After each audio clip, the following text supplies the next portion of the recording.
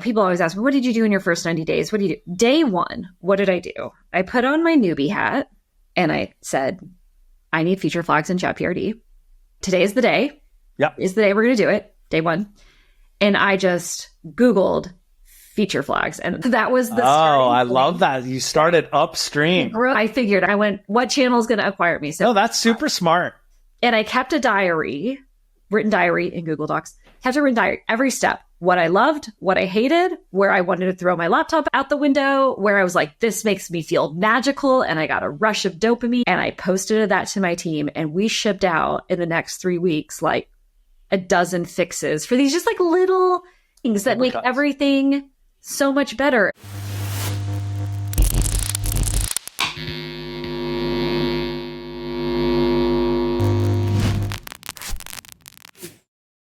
Welcome back to part 2 of our episode of Unsolicited Feedback with Claire Vo, the CPO of LaunchDarkly, and me, your host, Fareed Mosavat. Part 2 of our episode is about all things the letter L. We dive into Loom, we dive into Linear, and we dive into a little bit about LaunchDarkly. We talk about the differences in Linear's new release of some AI tools that they've added, but also their dive into bringing more of the product process into Linear, starting with things like product specs and requirements. We also compare and contrast that to Loom's integrations with Atlassian's suite of products, specifically Jira, and how they're using AI in a different way to turn videos into tasks and actions inside of Jira. We compare those two products. We think about their different strategies, what we like about them, what we don't like about them. This is a classic unsolicited feedback episode. I hope if you work at one of these companies, you have some feedback for us. And if you don't, I hope you learn something about how to think about your product strategy going forward. This was, as always, an awesome episode. Claire is super fun, super interesting, and has lots of spicy takes. I learned a lot. I hope you learn a lot from it. Let's kick it off.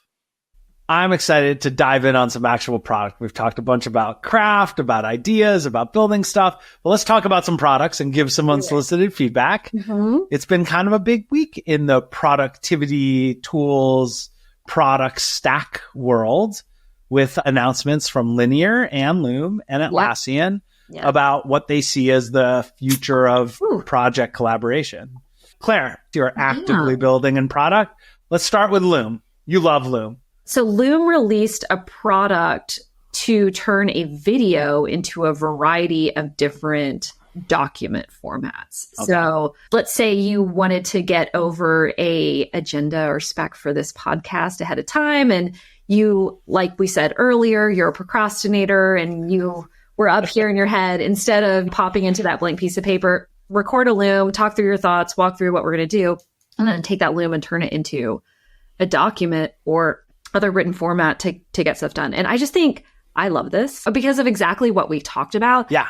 I think this multimodal interaction with information is going to make teams so much more efficient. And what I love about it is it's very recipient centric. It's like recipient centric and sender centric, which is what I mean is a sender can choose to create content in whatever format is lowest friction for them. And many times for me, for many people, video, audio is just low friction content creation. But then as a recipient of that information, it's much harder to take the sort of synchronous time to listen to something or watch a video. And so being able to take that information into a format that's accessible to a recipient, I think is just very forward thinking on how remote collaboration and information sharing should work in this world where this kind of translation is possible. So I'm a big fan. And I follow the same model all the time, which is so interesting. I love sending voice notes on. Oh, really? Slack. You're a voice note sender. I'm a voice note lady, but I love reading transcripts of voice notes on Slack. And like that is the perfect cycle for me, which is send in audio, receive in text. And so I do think this product is perfect for folks like me that prefer that model of information exchange. Yeah, I think this is super interesting for the product reasons that you talk about, which is in a lot of ways it's analogous to auto translation. Yeah. That like I'm going to speak in English and you can hear it in Mandarin or whatever it is, or French or German or whatever it is. It's what works for me to communicate and what works for you to consume can be decoupled. And I think like thinking about this for project stuff is super interesting as well. They're focused on, I guess it's like tasks, agendas, document, some amount of document creation, etc., with video and Loom videos as input. The other thing I think is really interesting is Loom got bought by Atlassian not that long ago. It's still pinned to the top of the blog. Let's put it that way, because I was looking at Loom product releases yesterday. And at the time, one of our bets about what we thought would be really interesting about this Loom Atlassian thing was it's hard to remember to do a Loom. It's its own product. It's a standalone thing. You have to do it. Was integration and surface area and Atlassian suite of products. But actually, it seems like they're going a slightly different direction, which is it is integrated with Jira. Right? That is the core thing. Maybe Confluence, but Jira. They're trying to get you into the Atlassian stack, right? But what's interesting is it seems like what they're doing is, hey, we get a lot of feedback that the front door to our products is pretty high friction. So our vision for that is not to change. Maybe it is also to change Jira. But let's use Loom as the front door. Let's use AI as the front door to our highly configurable, sometimes very complex, but very powerful product is let's simplify by having videos as the input to creating Jira tasks, which I think does take away a lot of the things that I, for instance, get frustrated by when using Jira, right? Or tools like it. So I think that's it's pretty fast, honestly. From an acquisition standpoint to be building this quickly. And I do think it's pretty cool from where could the future of Loom and Atlassian as a single loop be?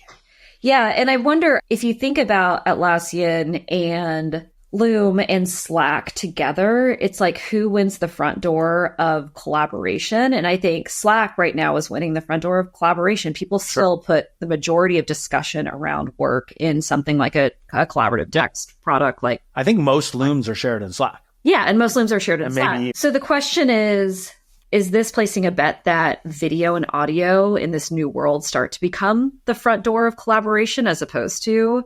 That's a good question. Chatting and typing. And then I think about this generationally. So you and I are of a similar generation because you and I like the same emo band. So I know for sure we're in the same generation. Plus or minus. But we grew up in a generation in which chatting and IMing and text-based communication was how we built peer-to-peer, in some ways, communication and a lot of social mechanisms. And I think about my kids' generation and generations I see just slightly, well, your kids are older. I see people walking around with FaceTime open. Just the wildest behavior is the FaceTime just open and they're just hanging out. They're just hanging FaceTime out on all the time. My friend. Think about how that translates in 10 or 15 years into the preferred mode of communication in a remote environment. So the question is like, Loom and Atlassian, are they placing that future bet on, hey, we see where this generational shift is going. Interesting. With that, is that actually going to be... Is the next generation of startups not going to want to spin up a chat-based interface, but are going to spin up this asynchronous video audio front door that can then be consumed in text and then input into these systems? I also just think about generational preferences on communication strategies and how you can look forward as a PM and see that future. That's super interesting. Part of the reason I joined Slack, like why I wanted to work there, why I worked to get in the door there, is because I grew up on IRC. Big time. I was on IRC so many hours that family members would get mad that I was tying up the phone line because it was on a modem all night long, typing away with my friends, right? And made new friends and made new connections. And the paradigm, the structure, I was a nerd. Not most people weren't on IRC, but I was also AOL chat rooms. Yeah, exactly. We're nerds. And I was like, oh my God, I can do this. So this is for work. This is the perfect way for humans to communicate. And also I'd seen we use GChat, Rogue at Pixar and other places, like that kind of thing. So I was like, oh, I get it. So yeah, the version of that may be certainly more video oriented or audio oriented for the next generation of people entering the workforce.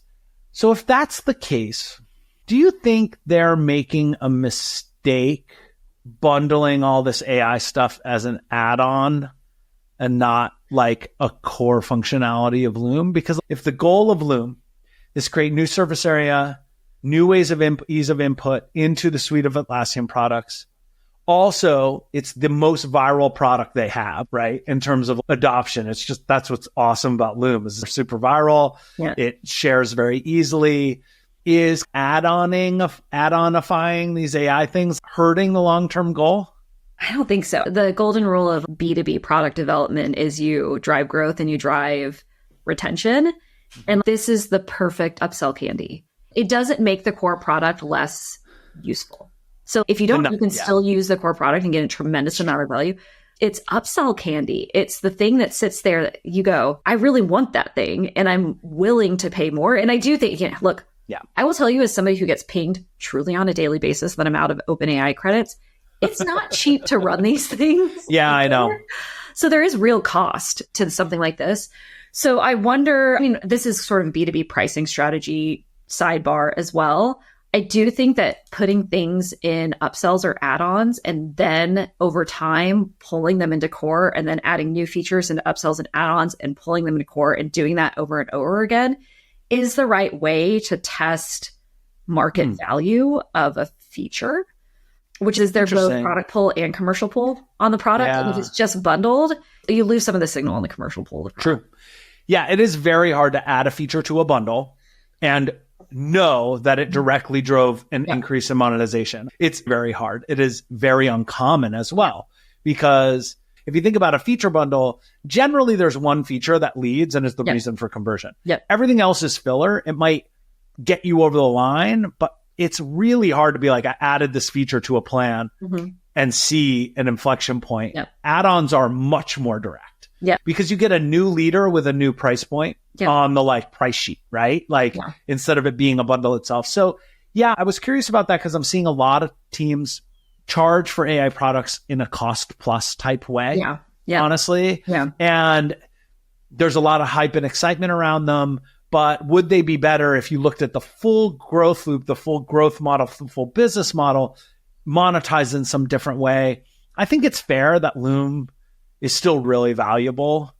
Even without this stuff. The reason I ask is how do I make Jira better because of these features?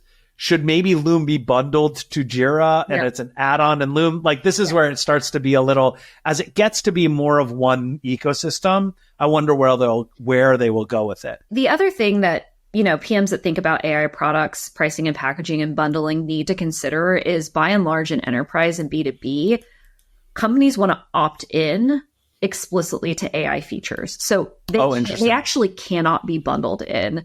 So we're releasing some sort of generative AI products within LaunchDarkly, but we want to give our users and basically our enterprise account owners option to explicitly opt in or opt out to those products as opposed to default opt in, because they're still concerned about security, privacy, all that sort of thing. And so I do think there's probably a legal aspect to why these things are being parceled off as add-ons, because that explicit opt-in is often critical to get B2B adoption.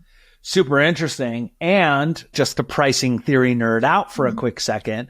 Again, I talked about leader features are the things that make you want to buy a bundle.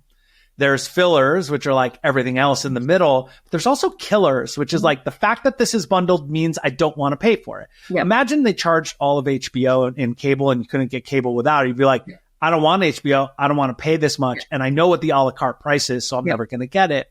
And it's interesting to think about if there is a reason to opt out of a thing that is totally external to the product. It's inclusion in a bundle can actually be a killer. Exactly. And so I hadn't thought about that for these AI features. Super interesting to think about.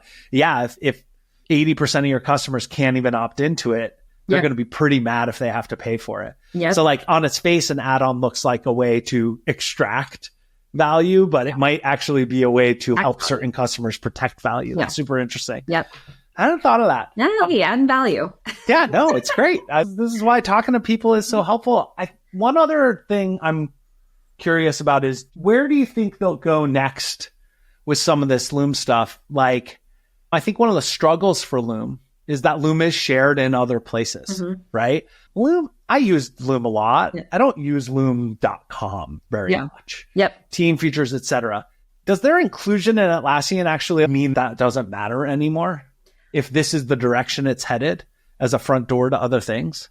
Maybe. So the place my mind went is Loom, the videos and the content to date have seemed like a layer on top of source of truth documentation or other like proof of work product, which is it is a way to communicate something that's stored somewhere else and the central source of truth is somewhere else. So I get these all the time. We make a deck for some presentation. I get a Loom. Hey, just want to walk you through this deck and like what it means. But the source of truth is not the Loom. It's the deck. It's the deck. And I wonder if this it makes it a front door as opposed to a layer where it's like, it's the front door to Jira or Confluence or whatever, where the source of truth doc actually does live. And if you can create that motion of audio or video into doc that's in a source of truth that Atlassian parent company owns, you can start to create that center of gravity around the source of truth products. So that's the way I think about it, but it will be very interesting. I actually do use Loom, the product.com. Loom.com. Loom.com. Emoji reactions. I use the transcript about. Yeah, exactly. Maybe I'm just like deeply in their ICP. I think I use the viewer, but it is not a source of truth for the reasons that you described. A Loom is generally attached to a Slack channel, or it's attached to a document, or it's attached to a meeting. The sort of system of record stuff is always somewhere else. And the attempt to make Loom more of a system of record for things is difficult. So I think it's pretty interesting. Like now, if you say, oh, like every Loom can make Jira tasks, suddenly it's like you get the system of record stuff for free because it's Jira, because it's Confluence, because it's whatever other Atlassian products exist in the world. Yeah. And the video itself it's less of a artifact of content and it's more of a user interface. It's I think like a very interesting idea. Yeah. I think there's something to that. So that's one vision of like where product management, I don't know what to call it. I hate calling it project management because it's not really that. Let's call it like collaborate. Yeah, but collaboration implies like messaging. Let's just call it getting work done systems. And the other is Linear, who also yesterday, I think made a pretty big splash around talking about, I don't know. The way I would describe it is they're trying to go up the stack of product development. So going from the engineering piece of the stack, which is tasks, bugs, issues, etc., which is the core of the Linear and even Jira product, and moving upstream to documentation, PRDs, as we talked about in part one, project descriptions, and really documentation, which honestly is one of the common problems I have with a lot of these project management tools. Is always like, how do I get to the other docs? I thought this was super interesting. If you were an outsider, you could call it Linear's notion killer, but I don't think it's that. I think it's very specifically around a certain kind of documentation, a different vision for the project management future, getting shit done feature. It is and it isn't. Like I look at it and I'm like, this is Linear looking at Jira and Confluence as sort of side-by-side products and saying, what if it looked like if they were closer together is one way I look at it, which is there's this combination of, you've been in SaaS long enough to know that there are like two SaaS product killers. I think there's the spreadsheet and there's the doc. And this is essentially like in project management, the most viable non-specialist products available to teams are the spreadsheet and the doc. And so if we can make a purpose-built spreadsheet, tasking, we can make purpose-built doc, projects, can we centralize the textual information and then the work product information into one place? I don't think this, for me, I look at this doesn't look new to me. It looks beautiful. It looks modern. It definitely speaks to how product teams do their work. It seems very natural to how product teams naturally tend to document and do their work together. And it's got these great connections between those two things, the great connections between the documentation and the tasking in a way that feels elegantly integrated and intertwined. But conceptually, it's not new. It's not new. Right. Product plans and docs and specs sitting next to tasks and issues and workflows. So that's what I like about it. And what I think Linear has done a really nice job in their product marketing and their product strategy. They're not flashy. They don't talk about big visions of the future. You can imagine another company being like, docs and project management in the same place for the first time. Unify your collaboration stack or bullshit like that. And they're like, no, like tasks usually come from docs and we want to work on the parts of the product management lifecycle that are upstream of this. And let's do the obvious thing. Yeah. It's almost like it's got that product simplicity of being like, it's the obvious next thing. It has the added benefit, if we were to framework guys this a little bit. I think there are probably many teams in which product managers and designers don't spend a lot of time in Linear. Like it's mostly in engineering. And you know why? Because they hated being in Jira. So they let other people deal with Jira. So they do the same with Linear, and it works great for engineering teams. So from a product market fit expansion perspective, there are now clear use cases where, by being integrated, I can just copy a list of bullet points and turn them into Linear tasks. In the same way a Loom video can do that. We're now creating a front door to the highest friction part of project management, which is task creation, copying, pasting things, copying, pasting, making sure the doc link is in the right place. Only my active projects are in my project management tool, but not all the upstream roadmap stuff, and saying, let's pull PMs and designers into this product. Not just to check boxes and approve things, but rather to like actually do their work here too.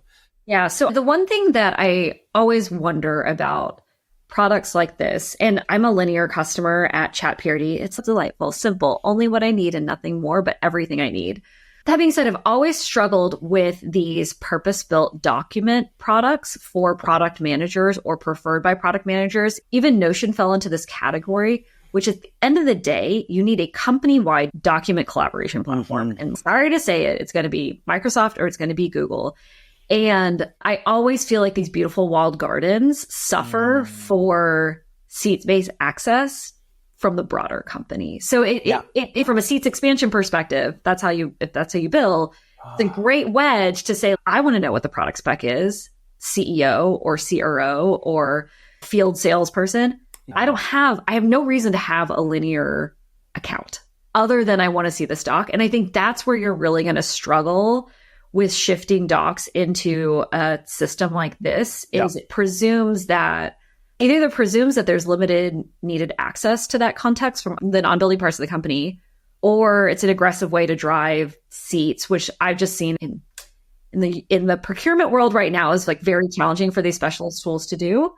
And then the last thing I'll say is I think the Google Docs PMs are the hardest working PMs right now. Okay. Like, I don't know if people have been paying attention to what's being shipped in Google Docs, but like, they're putting out stuff. There's tables and actions and lots of things being built into core Google Docs. So I wouldn't sleep on these. And people seem pretty happy with the Microsoft suite as well. I just wouldn't sleep on incumbents either getting to a place where this kind of interface and interaction is possible. So it'll be interesting to see how winners cascade out across the market and who wins what. So to just recast that a little bit and summarize, I think what you're saying is everybody at a company needs docs. Like it is a universal wall-to-wall, everybody needs it thing. So if you build great doc integration directly into your tool that is useful for some other subset of the company, the problem is you're basically going to have to double box. Like you're going to have this and that. And that's a challenge for these tools. And you can win that by doing really deep integration. So I want to do it in Notion or in Linear, let's say. But if it doesn't work as a general purpose doc platform, it's a problem. So now you run into this. Everybody needs access. Now we have two forms. And I've seen this at every company. We have some stuff in Notion, some stuff in Dropbox paper, some stuff in Quip, some stuff in Slack, some stuff. And everybody at some point is, please, everybody use the same thing. So I think that's a really important point. So will it be limited to just the stuff where it's obviously like, will it be like only final specs go in there or whatever it is because of that? I think that's important. The other piece is this thing about different seat types. And what's so interesting is as you were talking, was thinking about, why does Figma get away with this? Like, why can Figma be a totally different doc platform?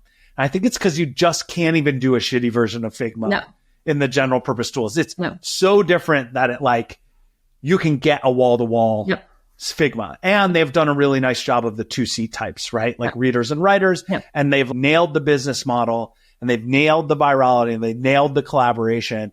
And they're enough differentiated that there's no replacement for it. That's like in a suite. So I think that's a good point. And one other thing that I think about here, because I just built this, and it goes back to how easy it is to build things right now. A Notion quality. I won't say Notion quality. Notion has craft coming out their ears, and Linear does as well. They're exceptional product designers, exceptional on that team. Experience is great, lots of attention to detail. A really good collaborative doc editor, I swear to you, I set up in 45 minutes as a solo software engineer on Sunday. There are just like great out of the box. You want to ship real-time editing, Notion style document collaboration tool? There's a package for that. I guarantee. Oh, really? Yeah. So I also, this like excellent, clean design, collaborative doc design as a product I think is going to be quickly commoditized. And so these companies need to think of what's the differentiator. I love bullets to tasks and I love videos to docs, but this core, like it's just a more beautiful doc experience, is pretty easy to build now. So it's very interesting as a product person. Again, this is why I think it's so important to stay abreast of not just products, but how you can build products is what is the cost of a collaborative, real-time, beautiful Notion style editor in your product? And if it's very low, then what do you differentiate on, or how do you make yours the product of choice? And worse than that, it actually just creates more fragmentation. Because if it's easy to build a highly collaborative, good-looking, pageless, web-native document editor into any product, every product's going to have one. Slack has Canvas. Like Notion is that product. Linear is integrating it in. I'm sure we'll see things more like this in almost every. I'm sure Figma will have a docs mode at some point. So then you run into everybody's using different docs, and we're right back where we were in like 2016 when. It was like, sorry, I know you hate it, but we're all using Google Docs because everybody knows how to use it, which is what happened at Slack at one point. We just standardized back down.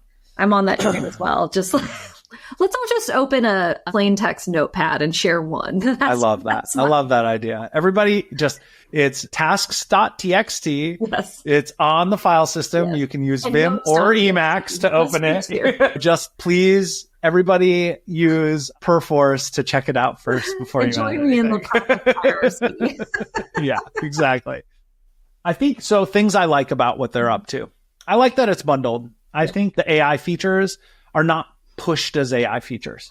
They're just like, these are capabilities of our product that are transparent. It's not a chat box. It's just like highlight, however you do it, turn to tasks, create doc, copy this and make it a sub document. Like they have done a really nice job, at least in the videos I've seen. I have not been able to play with it yet, of just using some of this advanced capability to just make what they do best, which is everything's where it belongs and is really clean and simple in the right places, which I think is so cool.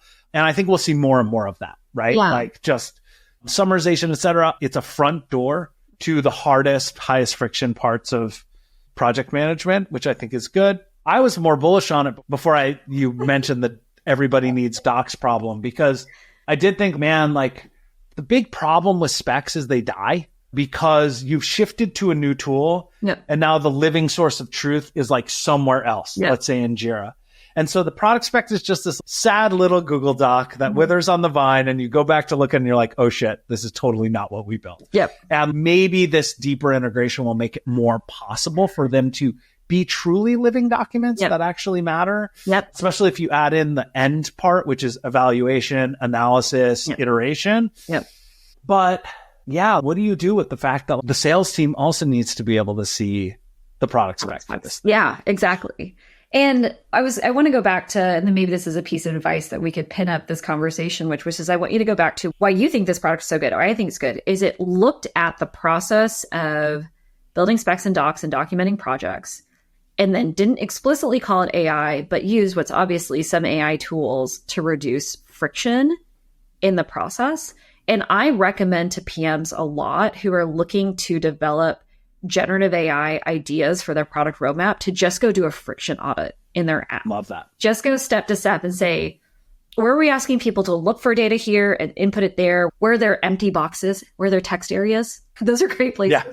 And looking for these pieces of friction and saying, okay, if I had this magical translation box that could take format A and put it into format B, or take blank text A with unstructured data and turn it to full text B with structured information, where would I do that? And just go end to end in your app and just circle things that you could do these little pieces with. You don't have to call it a big AI product or overhaul, but you're just creating these moments of reduced friction. You're a growth person, so you see this. You do that enough, you get to retire on an island. Yeah, exactly.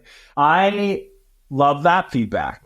I think the other piece that I think makes them uniquely good at doing this, or makes it really easy for them, is they're their own first best customer. Yep. And I saw this so much at Slack, especially where like we use Slack to build Slack. They use Linear to build Linear. And your ability to just see through the matrix and find these little pieces of friction is just so easy when you're like your own hardest core user of a product. It has blind spots for sure. Yeah. But they seem, you can imagine that someone just highlighted a bunch of stuff and was about to copy paste it somewhere and was like, I think I can fix this. And it's, how do you make dog fooding work? Yeah. Just on constant lookout for friction. Yeah. And you have to empower engineers to just make those changes versus having to go through the whole process, right? Either in a Slack channel or in a Linear, et cetera. And you can't just use it because you feel like it. You have to, it has to be like core to your business the same way you want it to be core to your customers. And it is such a super, I'm sure you see this at LaunchDarkly. Like, you guys must be your own most intense power users of your product. When this is the, people always ask me, what did you do in your first 90 days? What do you do? Day one, what did I do? I put on my newbie hat, and I forgot, I've been a LaunchDarkly customer for many years, like bought it, I know the product, but I put on my newbie hat and I said, I need feature flags in ChatPRD. So I'm going to like, today is the day. Is the day we're going to do it. Day one. And I just Googled feature flags. And that was the I love that. You started upstream. I figured I was playing to my growth friend here, but I went, what channel is going to acquire me? So that's super smart. And I kept a written diary in Google Docs, kept a written diary, every step, what I loved, what I hated, where I wanted to throw my laptop out the window, where I was like, this makes me feel magical. And I got a rush of dopamine, and I posted that to my team, and we shipped out in the next 3 weeks, like a dozen fixes for these just like little things that make everything so much better. And I think being unafraid, like being really not tolerating friction in your app and just taking off your hat and go, I know everybody's busy, but this is not good enough. This is too much friction. And being willing to say that, and then having a team that is empowered and capable of rallying around easy things and making them easy, and rallying around big things and making them easy. I think that's the way to build an awesome product. Yeah. It's okay to spend a lot of time on little details. Yeah. Totally. Hard for a growth person to say, but it is important. Yeah. And also just what a superpowered, like being a power user of your own product can be. I think the main thing I realized at Slack was, wow, being a DAU of the product I build is a huge benefit as a product manager. Yeah. And it's unique to B2B SaaS that sells to other software companies. I'm in here all the time, every single day. And I can just be thinking about it. Now, I would say the flip side of that, things to be careful of. Slack had a lot of ways we use Slack that were by convention, not by product. If that makes sense, like what to name channels, how to do things. And I think it can be hard to see that other people don't know how to do all those things. Like the sort of like secret knowledge of our product. And I've been thinking a lot about how to help people either learn that. And it was always hard to be like, let's make a doc about channel naming. Eventually, we just made a feature that was like, you can add prefixes to channels. But that's like hard to, now you're starting to be opinionated. It can be complicated. And the other is you eventually no longer are the power user. Because there's some 80,000 person company doing crazy, like wild things that you didn't even imagine. So like you end up like being somewhere in the middle, which so there are some downsides, but man, it's just such a superpower. I would just say one more downside of being a power user of your own product is you learn to quickly work around its sharp edges. Yep. You're like, oh, that thing's always been annoying and broken, but like this is how you get around it. It doesn't actually bother you in the day to day, and you forget your newbie hat where you get to it and you're like, why does it look like this? Why does it say this? I don't understand. And so I think making sure your usage comes with maintaining a high bar and not becoming numb to things that should be fixed in your product, I think is important. Yeah. One of the reasons growth teams exist is to always be an advocate for the brand new, fresh user of a product. But the problem is eventually, and I've even done this, you get in the habit of speed running the onboarding because you've got to create so many accounts.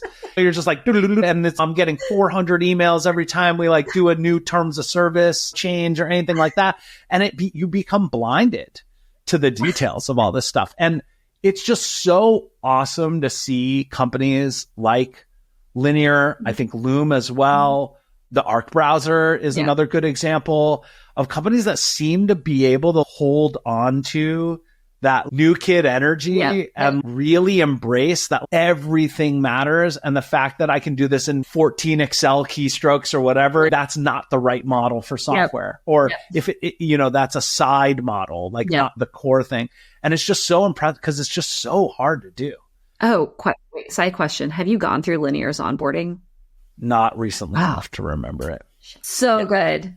Really top tier onboarding. Okay. It's very gentle and loving, but gets you to do a pile of stuff. So it's quite good. You should definitely check it out. Okay. Yeah, we'll try it because now I'm inspired to build a project. I got to go build a ChatPRD of my own. You know what? You should add to this podcast, like on Sesame Street. You should be like, the letter of the day is L. And then we do Linear and Loom. I love it. Done. New segment.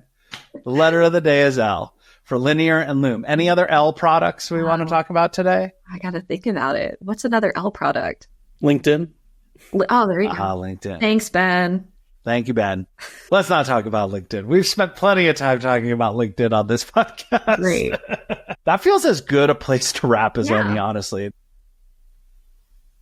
LaunchDarkly. What the hell is wrong with us, Claire? Okay, we have to cut that part. It's so embarrassing. I know. Yeah, okay. It's letter of the day is L, Loom, Linear, LaunchDarkly. So embarrassing. I'm sorry, Ben. You just would have looked real bad if you were like, what's another L product? Thank you for listening to this 2-part episode with Claire Vaux, the CPO of LaunchDarkly. As always, Claire was an awesome guest and has a lot of great spicy takes, and we appreciate her contribution to the show. Next week, we'll be back with Sachin Rekhi. Sachin Rekhi is an expert on building 0-to-1 products, especially building 0-to-1 products inside of a larger product or organization. He was the lead PM on LinkedIn Sales Navigator, helping build that into one of the most meaningful businesses at LinkedIn, and has also built a course on finding product market fit with Reforge. Join us next week. We'll see you soon.